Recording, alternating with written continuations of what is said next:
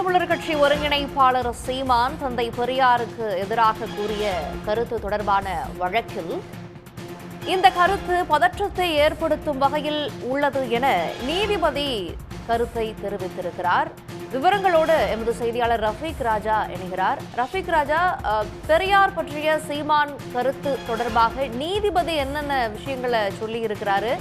இந்த வழக்கு பற்றிய விவரங்கள் என்ன?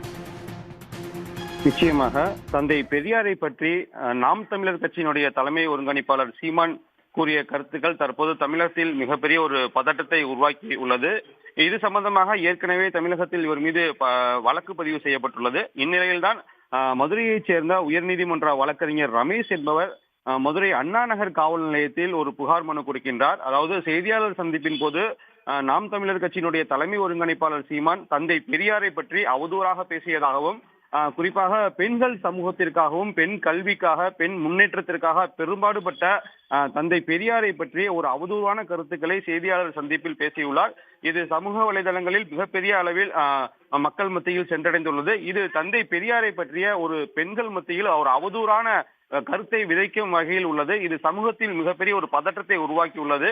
எனவே இவர் மீது கிரிமினல் சட்டப்படி வழக்கு பதிந்து நடவடிக்கை எடுக்க வேண்டும் என்று புகார் கொடுத்திருந்தார். அந்த புகாரின் அண்ணா நகர் காவல்துறையினர் நடவடிக்கை எடுக்காததால் தான் தற்போது உயர்நீதிமன்ற மதுரை கிளையில் இந்த புகார் மனுவையே ஒரு வழக்காக தாக்கல் செய்து உடனடியாக சீமான் மீது வழக்கு பதிந்து கைது நடவடிக்கை மேற்கொள்ள வேண்டும், இது மட்டுமல்லாமல் உரிய விசாரணை நடத்த உத்தரவிட வேண்டும் என்றுதான் தற்போது மனு தாக்கல் செய்திருந்தார்.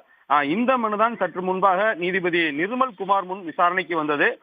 மனுதாரர்கள் தரப்பில் பல்வேறு வழக்கறிஞர்கள் ஆஜராகி நாம் தமிழர் கட்சியினுடைய தலைமை ஒருங்கிணைப்பாளர் சீமான் தொடர்ந்து தமிழகத்தில் பதட்டத்தை ஏற்படுத்தக்கூடிய பல்வேறு கருத்துக்களை முன்னெடுத்து வருகிறார். தற்போது செய்தியாளர் சந்திப்பில் தந்தை பெரியாரை பற்றி மிகவும் அறிவுறுத்தத்தக்க வகையில் உண்மைக்கு புறமான வரலாற்றில் இல்லாத ஒரு பேச்சை தற்போது பேசியுள்ளார். இது சமூகத்தில் ஒரு பதட்டத்தை உருவாக்கி உள்ளது. இது சட்ட ஒழுங்கு பிரச்சனையும் உருவாக்கி உள்ளது. சீமானுடைய நோக்கம் என்பது தமிழகத்தில் சட்ட ஒழுங்கு பிரச்சனையை உருவாக்க வேண்டும் என்ற நோக்கத்திற்காக தந்தை பெரியாரை பற்றி இது போன்ற ஒரு அவதூறான கருத்துக்களை முன்வைத்துள்ளார். எனவே இவர் மீது உடனடியாக வழக்கு பதிந்து நடவடிக்கை எடுக்க வேண்டும் என வேண்டுகோள் வைக்கப்பட்டது. அப்பொழுதுதான் நீதிபதி அவரும் தன் கருத்துக்களை பதிவு செய்திருந்தார். இதுபோன்று பேசுவது சமூகத்தில் பதற்றத்தை உருவாக்கும் வகையில் தான் உள்ளது. தந்தை பெரியார் என்பவர் பெண்கள் கல்வி பெண் முன்னேற்றத்திற்காக பாடுபட்டவர் என்பது அனைவருக்கும் அறிந்த விஷயம்.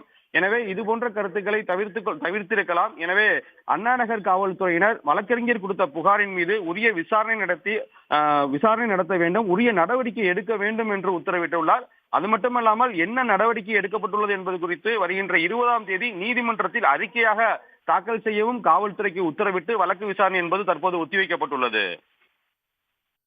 தற்போதைய தகவல்களுக்கு நன்றி ரஃபீக் ராஜா. உடனுக்குடன் செய்திகளை தெரிந்து கொள்ள சன் நியூஸ் பெல் ஐகானை கிளிக் பண்ணுங்க.